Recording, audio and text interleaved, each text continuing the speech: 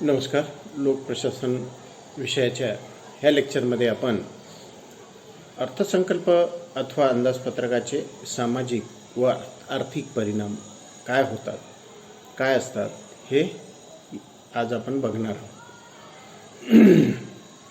मागे लोकप्रशासनाची दृष्टिकोनातनं या अंदाजपत्रकाची काही तत्वे ज्याला की आपण आयडियल एलिमेंट्स म्हणू, आयडियल फॅक्टर्स म्हणू, हे काय असायला पाहिजेत हे आपण त्या ठिकाणी बघितलेलं आहे.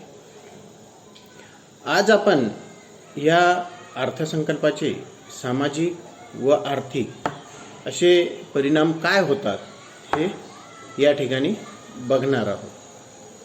सर्वात महत्त्वाची बाब आपण बघतो की असं कोणतंही क्षेत्र नाही अथवा असा कोणताही घटक नाही, तो सामाजिक असो, आर्थिक असो, सांस्कृतिक असो, शैक्षणिक असो, कुठलाही घटक घ्या, त्याच्यावर ह्या अर्थसंकल्पाचा निश्चित प्रमाणामध्ये परिणाम हा होत असतो.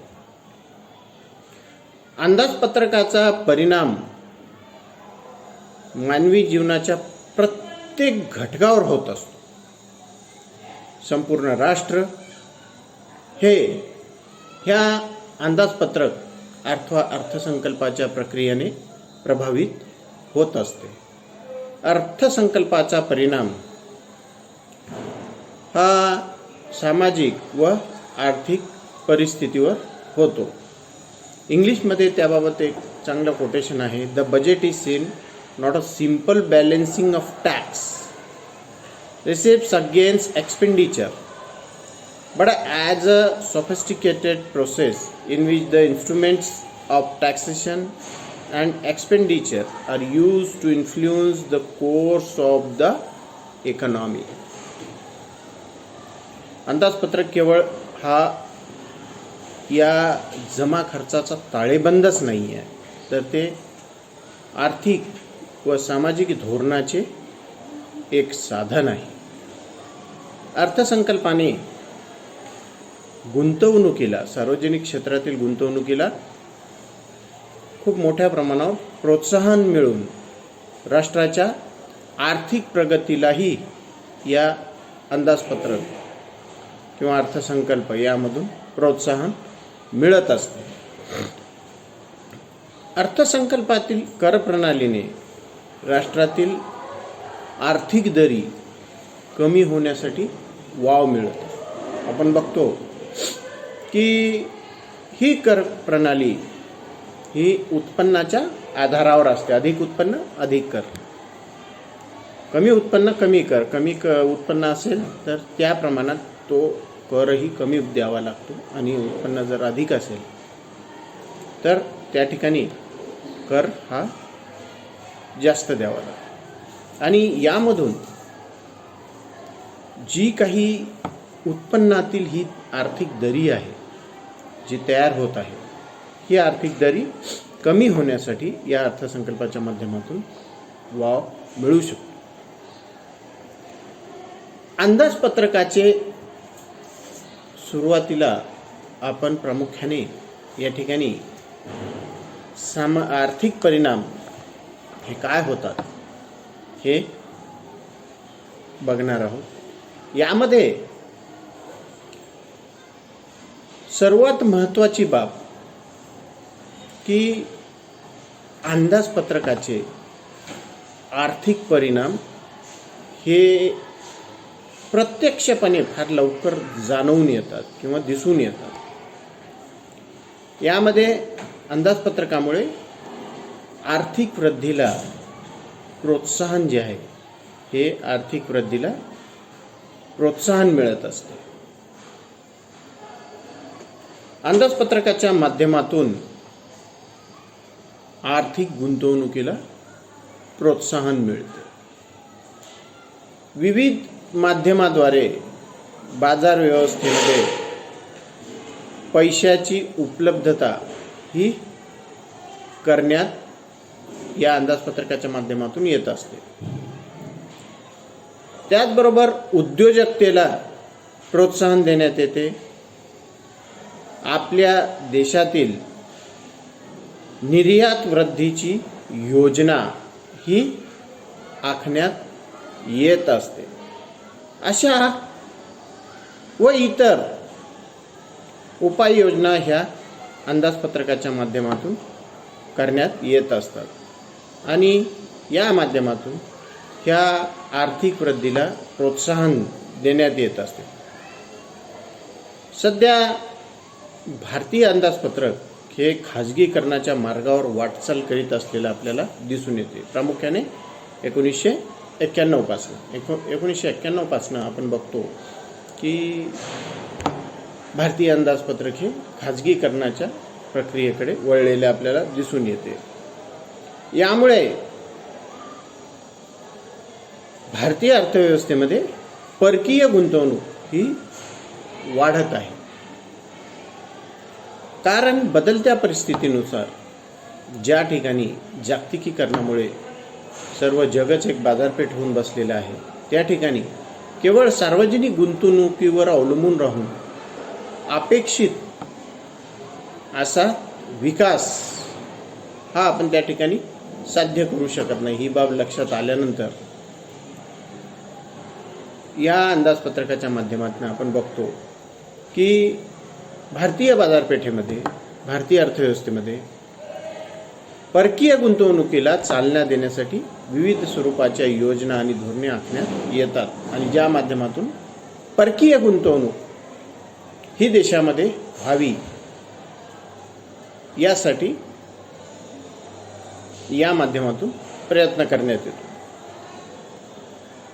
तसेच यामधून या परकीय गुंतवणुकीतून आपण बघतो की परकीय चलन साठा ह्याच्यामध्ये वाढ झालेली आहे आणि परकीय चलन साठा जो आहे तो देशाची जी आर्थिक पत आहे ती निर्देश करण्यामध्ये मोठ्या प्रमाणावर एक महत्त्वाचा घटक आहे. आणि अशा वेळी हे परकीय चलन साठा या परकीय गुंतवणुकीमुळे वाढत असलेला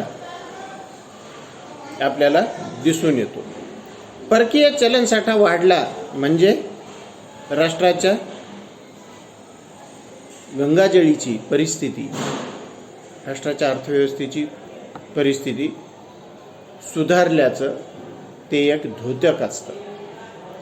आणि अशा पद्धतीनं ह्या आर्थिक वृद्धीसाठी प्रोत्साहन हे या अर्थसंकल्पाच्या माध्यमातून देण्यात येत असतं.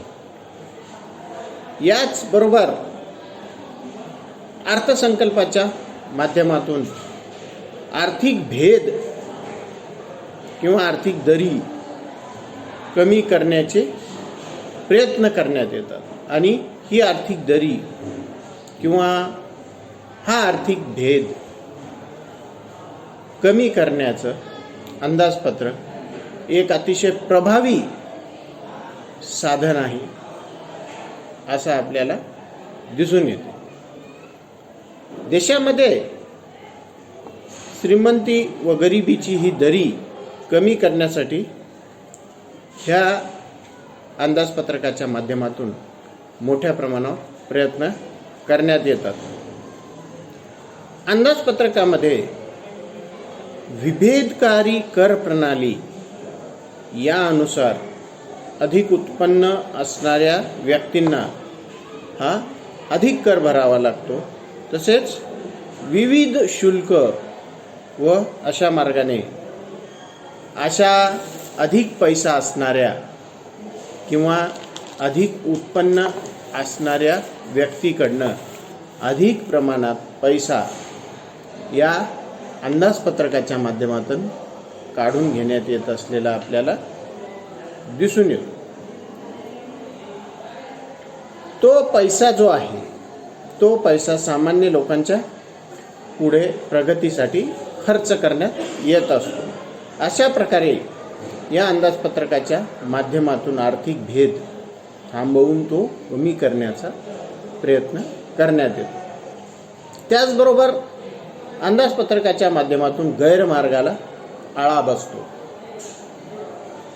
अंदाजपत्रकामुळे आर्थिक गैरप्रकाराला आळा बसतो, कारण अंदाजपत्रकामध्ये जमेच्या सर्व घटकांचा स्पष्ट व सविस्तर असा उल्लेख देण्यात आलेला असतो. तसेच खर्चाच्या बाबीचीही स्पष्टपणे मांडणी त्यामध्ये करण्यात आलेली असते. अंदाजपत्रकाच्या तरतुदीनुसार ठराविक कार्यावर कायदेमंडळाने संमत केलेली रक्कम खर्च करावी लागत असते. तसेच अंदाजपत्रकामध्ये ज्या प्रमाणात कर, शुल्क व त्याच्या वसुलीबाबत तरतुदी असेल त्याच प्रमाणात ही वसुली त्या ठिकाणी करण्यात येत असते. यामध्ये जर का काही गैरप्रकार होत असतील त्याचे परीक्षण तसेच त्याची तपासणी करणाऱ्या ज्या काही यंत्रणा आहेत ह्या अंदाजपत्रकाच्या तरतुदीच्या अनुषंगाने त्या ठिकाणी शोधून काढू शकतात आणि त्यामधून त्या जबाबदार घटक अथवा व्यक्तीला त्या प्रमाणात शासनही होऊ शकतं. आणि यामुळे अंदाजपत्रकामुळे या अर्थव्यवस्थेमध्ये समन्वय राहतो आणि हे सार्वजनिक वित्तांचा गैरवापर याला या अंदाजपत्रकाच्या माध्यमातून हा मोठ्या प्रमाणावर आळा बसतो. अशा पद्धतीनं